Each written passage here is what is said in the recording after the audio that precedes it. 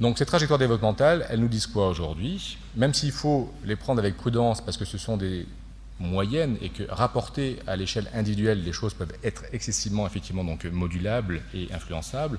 Donc ces troubles persistent jusqu'à l'âge adulte avec une incidence remarquée, significative sur le plan de l'épanouissement personnel. La question de l'estime de soi est très travaillée aujourd'hui par nos confrères, notamment canadiens, avec une baisse naturelle. Je me sens moins performant, je doute de mes capacités, je me trouve nul. Vous avez ces réponses, je me trouve nul, donc notamment le sentiment de confiance, le sentiment d'estime personnelle est affecté. Ça, c'est aussi important de le souligner, c'est qu'à niveau d'intelligence identique, les enfants porteurs de troubles 10 ont en moyenne un niveau de réussite scolaire et académique inférieur de 1 à 2 ans. D'accord? Et il y a la question aussi de l'orientation qui peut être parfois inadaptée quand elle ne se fait pas malheureusement par défaut. Alors cet impact qui est là sur l'adaptation et aussi sur la qualité de vie, il est d'autant plus négatif, et vous voulez, et c'est pour ça que je vais me permettre d'insister à la fin de mon intervention sur ces aspects, cet impact négatif, il sera d'autant plus marqué que le repérage de ces difficultés sera tardif, qu'il y aura eu aussi une errance diagnostique, et ça Olivier pourra en témoigner. Olivier, au centre référent, reçoit beaucoup d'enfants avec des dossiers monstrueux et pour lesquels on doit quelque part faire une synthèse, et que cette synthèse, comme s'il n'avait pas été faite en amont. D'accord ? Donc avec la question du découragement, avec la question des parcours de soins qui sont parfois un peu compliqués, c'est vrai, on essaie de travailler à améliorer leur lisibilité, leur fluidité, et puis bien entendu aussi la question des prises en charge. Autant la prise en charge est importante, mais quand elle est mal calculée, mal paramétrée, elle peut aussi être inadéquate, facteur de résistance et facteur de chronicisation. Et ça, il ne faut pas l'oublier non plus. D'accord ? La question de la non-concertation, parce que le trouble 10 fait souvent intervenir une constellation de disciplines autour de lui, de l'orthophoniste au psychomotricien, à l'orthoptiste, avec un peu de pédopsychiatre, avec bien entendu donc tous les étayages et les accompagnements aussi personnalisés en milieu scolaire, AVS. Donc vous voyez que la notion de partenariat, elle s'impose, elle doit être naturelle. Alors, je crois qu'aujourd'hui, il y avait peut-être une ambition qu'on avait qui était peut-être difficilement envisageable il y a quelques années, mais je crois qu'aujourd'hui, en fin 2010, on peut se fixer un objectif atteignable, raisonnable et fédérateur, qui est celui en priorité de faire diminuer la souffrance affective de ces enfants et de ces familles pour les éviter à ces enfants qu'ils soient dans cette spirale. Alors, j'étais très fier de mon animation, je vois qu'elle apparaît d'entrée de jeu, je suis déçu. Donc, vous avez un tout petit bout de chou qui est au milieu, qui va avoir des difficultés d'apprentissage, vous voyez qu'il pinaille, il galère, que le travail scolaire c'est compliqué, que ce soit à l'école ou à la maison, que ces difficultés, nécessairement, plus il va grandir, et l'enfant, dès l'âge de 8 ans, est parfaitement capable, voire même avant, d'identifier les points de crispation. Il va douter, il va être un peu stressé, ça va même peut-être parfois aussi le rendre un peu triste. Ça va armer aussi, ou ça va pouvoir faire glisser des choses, parfois sur la question de tension intrafamiliale. Il faut travailler, tu ne travailles pas assez, du côté aussi de tu ne comprends pas, ou pourquoi tu ne comprends pas, enfin, toutes ces discussions, vous les savez. Et que ça a été clairement démontré, ça peut armer la logique de l'échec scolaire. Et l'échec scolaire aujourd'hui, c'est quoi? C'est quand même un des facteurs principaux d'exclusion, en tout cas de conduite, en tout cas de développement de conduite d'évitement chez l'enfant. Sa motivation est affectée, son sentiment d'estime est affecté. Donc pourquoi aller m'embêter à l'école? D'accord? Donc je me valorise de manière différente, et après avec la question de la marginalisation, et puis après des parcours de vie un peu compliqués. Donc cette spirale que vous connaissez et qu'on a connue, je crois qu'aujourd'hui on peut et on arrive parfaitement à la désamorcer. D'accord? Ça peut prendre du temps parfois, mais je crois que c'est parfaitement réalisable. Alors pour ça, il faut se donner un peu les moyens. D'accord? Et donc c'est là-dessus que je terminerai en direction de M. Baraduc. D'accord? Alors, deux choses. Un, l'importance du repérage précoce. C'est clair, on le sait, c'est attesté, c'est scientifique, étant donné effectivement donc, notre position universitaire, Olivier et moi, on doit effectivement s'appuyer aussi sur les travaux de la littérature, que tous les troubles 10 ne sont pas expliqués en primaire et a fortiori en grande section, mais qu'on a aujourd'hui des indicateurs cliniques suffisamment prédictifs pour démarrer déjà des prises en charge adaptées qui pourront déjà exercer des effets de compensation qui n'empêcheront pas le trouble en tant que tel, mais qui pourront déjà peut-être en retarder ou en tout cas en diminuer l'impact.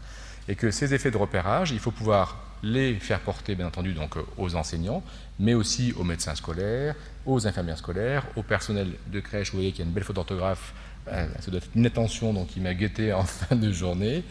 La PMI, je n'étais pas si longtemps que ça, donc avec la PMI, il n'y a pas si longtemps. Et puis bien entendu les parents ont parfaitement la capacité à pouvoir aussi repérer et se poser des questions. Et que les parents, ils ont Internet et qu'Internet, ça les aide aussi quand même pas mal. Le deuxième aspect, c'est bien entendu donc la prise en charge. Prise en charge, je crois qu'Olivier et moi, on milite pour que cette prise en charge, elle soit concertée et coordonnée. Que bien entendu, c'est la concertation entre les professionnels de santé, mais entre professionnels de santé pour l'aspect éducatif et aussi tout le personnel de l'éducation nationale, de l'enseignant, à la psychologue scolaire, au médecin scolaire, pour favoriser la mise en place des aménagements, favoriser la mise en place des tiers-temps et autres, tout ce que vous savez, du primaire au collège, au lycée, et j'ai envie de dire après, d'accord ? Donc ça va faire aussi intervenir, bien entendu, donc la MDPH, les allocations, ça va faire intervenir les centres d'information et d'orientation, ça va faire les centres de formation professionnelle, les lycées pro, et depuis peu, moi, j'essaie de militer à l'université pour faire reconnaître aussi le niveau de difficulté d'un certain nombre de jeunes adultes qui arrivent à la faculté, et ils ont déjà un parcours qu'il faut valoriser pour qu'ils puissent continuer à prétendre effectivement avoir un certain nombre d'aménagements. Il y a des grandes écoles qui commencent déjà à s'y mettre. Hein, donc ça serait bien effectivement que nous, l'université, on ne perd pas le créneau. Et puis bien entendu l'association des parents, et Dieu sait que les associations de parents sont actives et ont contribué à faire avancer le débat. Tout ça pour terminer, et j'en conclurai là-dessus, sur cette notion de partenariat. Je crois que ce partenariat, il existe. Il faut encore une fois donc le mettre en avant, qu'on a la chance aujourd'hui d'être tous autour de nous, enfin tous là présents, que ça peut s'inscrire dans quelque chose de durable et de dynamique, et que ce partenariat pourra, je pense, faire émerger dans très peu de temps des parcours pédagogiques, j'ai envie de dire, les plus adaptés possibles au niveau de difficulté, au niveau de au niveau de handicap, excusez-moi le terme, mais j'aime pas trop effectivement ce terme, j'ai toujours un peu du mal à l'exprimer. Et que ça doit effectivement permettre à la fois d'harmoniser les parcours de vie, de les rendre évolutifs, de soutenir ces enfants, de soutenir ces familles, et encore une fois, comme je vous le disais, du primaire au monde du travail, parce que voilà, les dyslexiques, les dysphasiques, ils ont leur place dans notre société, et ils ont la place effectivement, et ils peuvent apporter beaucoup à notre société. J'en ai terminé. Merci de votre attention.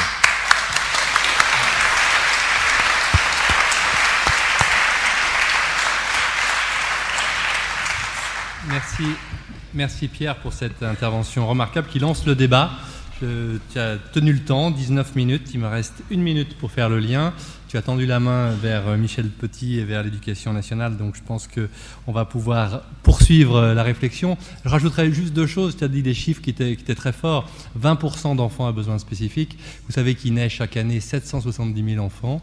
Donc ça fait 20%, ça fait 150 000 enfants chaque année qui ont des besoins spécifiques dans chaque classe. Donc ça, c'est déjà un chiffre qui est important.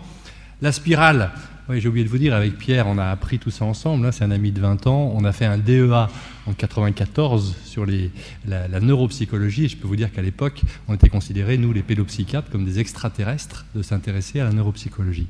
Et on a commencé à apprendre ça. Et moi, je suis parti au Canada. Bref, et cette spirale, ça fait un moment qu'on en parlait ensemble en révisant notre DEA. C'est un peu grâce à Pierre que j'ai eu mon DEA, d'ailleurs, parce que j'avais du mal à me mettre au boulot. Et il y a une autre métaphore qui m'est venue et qui est à peu près aussi forte que cette histoire de spirale. Peut-être qu'elle est là. C'est une femme, une psychologue, qui m'a demandé de préfacer son bouquin et qui a appelé ça la théorie des dominos. Vous savez, le domino 10 qui fait tomber le domino réussite scolaire, qui fait tomber le domino estime de soi, qui fait tomber le domino ambiance familiale, qui fait tomber le domino intégration professionnelle. Alors que si on n'avait pas fait tomber le premier domino, eh bien la chute des autres ne s'enchaînait pas. Donc je pense que c'est très important de retenir que finalement tout est intriqué, et comme l'évoquait Pierre très justement, y compris l'estime de soi, c'est-à-dire la confiance qu'on a en soi, puis après qu'on met dans les autres. Et puis, oui, bien sûr, Pierre parlait de ces enfants. C'est bien de proposer des bilans. On est tous là ensemble et c'est vrai qu'on va participer à ces échanges-là. Mais on voit tellement d'enfants qui ont frappé à des portes qui n'étaient pas forcément les bonnes. Et je pense à un garçon qui me disait, du milieu de la France, qui me disait un jour, je lui dis, mais pourquoi tu viens? Il avait effectivement un dossier, comme disait Pierre. Il me dit, je crois que maintenant, j'ai plus le choix. Il faut que je vienne vous voir pour faire le bilan de mes bilans.